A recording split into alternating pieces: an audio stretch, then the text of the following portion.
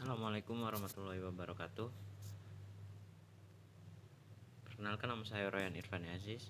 Saya mahasiswa Prodi Manajemen Fakultas Ekonomi Bisnis Universitas Trunojoyo Madura. Kali ini saya akan membahas tentang masalah penelitian. Pertama yaitu identifikasi kebutuhan objektif atau latar belakang penelitian.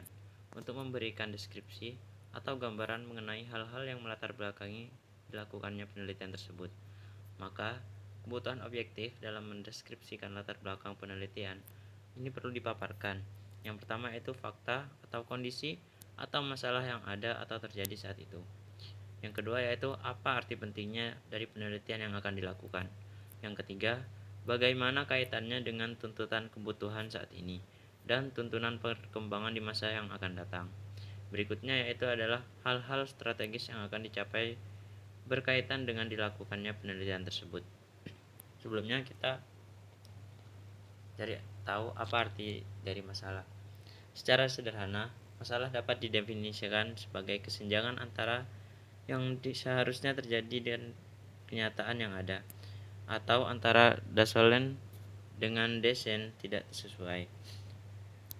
Masalah, khususnya masalah yang berbentuk persoalan, adalah penyimpangan dari apa yang dikehendaki dan menjadi kenyataan.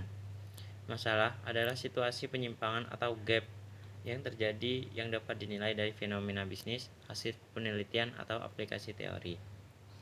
Suatu masalah tidak harus menuntut atau menimbulkan suatu penelitian, tetapi penelitian dilakukan oleh karena adanya masalah. Jadi, seseorang yang melakukan penelitian harus menentukan masalahnya terlebih dahulu. Berikut adalah tempat-tempat untuk menemukan sumber masalah, yaitu pencarian masalah dapat dilakukan dari sumber-sumber berikut. Yang pertama yaitu adalah textbook. Yang kedua adalah laporan penelitian yang tidak dipublikasikan. Yang ketiga adalah proceeding. Yang keempat adalah tesis atau disertasi. Yang kelima adalah jurnal. Yang keenam adalah pengamatan sepintas atau fakta yang ada di lapangan. Yang ketujuh yaitu pengalaman pribadi. Yang kedelapan pertemuan ilmiah, yaitu seperti seminar, diskusi, lokakarya, dan lain-lain. Yang kesembilan yaitu pernyataan tentang pemegang otoritas. Yang kesepuluh yaitu perasaan intuitif pribadi. Berikut cara menggali masalah. Yang pertama, kita menganalisis fenomena bisnis data lapangan, kemudian research gap dan teori gap. Kemudian terbentuklah latar belakang masalah tersebut, dan dari latar belakang tersebut kita bisa membentuk sebuah rumusan masalah. Gap research yaitu ada dua variabel yang sama, tapi hasil penelitian menemukan temuan yang berbeda. Contoh, ada dua penelitian dengan hasil yang beda. Dan data ini kita bisa melalui jurnal-jurnal hasil penelitian seperti tesis, disertasi, dan lain-lain. Yang berikutnya yaitu gap teori. Gap teori ini mengkaji teori yang membanding-bandingkan berbagai teori yang kemudian digugat dan menawarkan teori baru.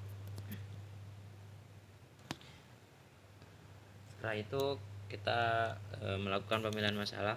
Setelah masalah-masalah diidentifikasi, sebelum menjadi jaminan bahwa semua masalah tersebut layak dan sesuai untuk diteliti, sehingga kita perlu memilih salah satu atau beberapa masalah yang paling baik dan layak untuk diteliti. Berikut cara mempertimbangkan pemilihan masalah. Yang pertama yaitu dari arah masalahnya. Kita harus mempertimbangkan kelayakan berdasar arah masalah atau sudut objektifnya atau nilai penelitiannya. Apakah penelitian memberikan sumbangan kepada pengembangan dan penerapan IPTEX atau pemecahan masalah praktis. Yang kedua yaitu dari arah penelitinya. Pertimbangan berdasarkan kelayakan kesesuaian penelitiannya menyangkut kelayakan biaya, waktu, sarana, dan kemampuan keilmuan.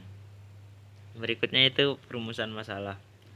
Masalah perlu dirumuskan dengan tujuan agar permasalahan jelas dan tidak menimbulkan keraguan-keraguan atau tafsir yang berbeda-beda, sebab masalah tersebut nantinya akan digunakan sebagai pasar dasar dari pengajuan teori dan hipotesis, kemudian untuk pengumpulan data, pemilihan metode analisis, dan sebagai penarikan kesimpulan.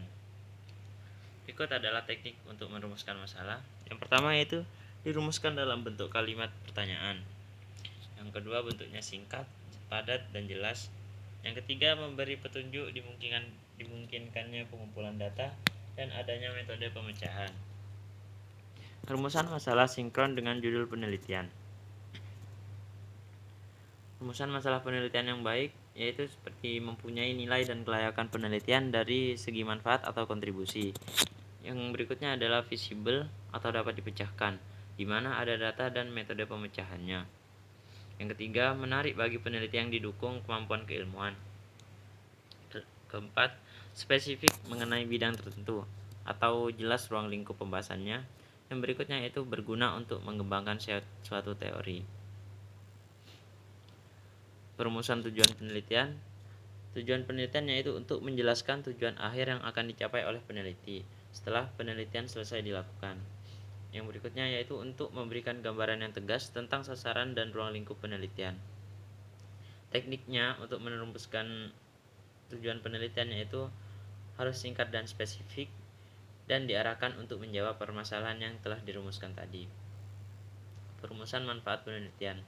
Manfaat penelitian yaitu untuk menjelaskan manfaat atau kontribusi yang akan diperoleh dari hasil penelitian tersebut dan siapa pihak yang akan mendapatkan manfaatnya. Teknik untuk merumuskan manfaat penelitian yaitu disebutkan secara detail siapa saja yang mendapatkan manfaat dan apa manfaat yang dapat diperoleh dari hasil penelitian. Berikutnya yaitu manfaat dapat dikaitkan dengan orientasi penelitian, apakah mempunyai kontribusi pada pengembangan dan penerapan IPTEX, pengembangan atau kelembagaan atau untuk pemecahan masalah-masalah praktis atau menunjang pembangunan dan sebagainya. Berikutnya yaitu untuk pemilihan tema, topik, dan judul penelitian. Tema penelitian diperlukan agar kita bisa mengarahkan ruang lingkup dan bidang telaah yang akan dipelajari oleh peneliti. Topik penelitian yaitu berkaitan dengan garis pembahasan yang bersifat spesifik. Dasar pemilihan tema dan topik penelitian. Yang pertama yaitu ada kemampuan untuk melaksanakan keilmuan, sumber daya, dan fisik. Dapat diamati, termasuk tersedianya alat pengumpul data.